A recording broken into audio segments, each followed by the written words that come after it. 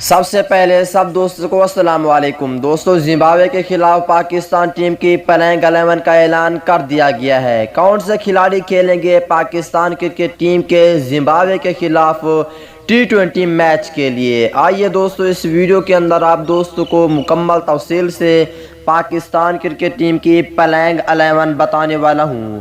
دوستو، اس سے پہلے اگر آپ پاکستان کرکٹ ٹیم کے سچے اور پکے فینز ہیں تو اس ویڈیو کو لائک کریں، چینل کو سبسکرائب کریں، بیل آئیکن دبا کر آل پر لازمی کلک کر دینا ہے۔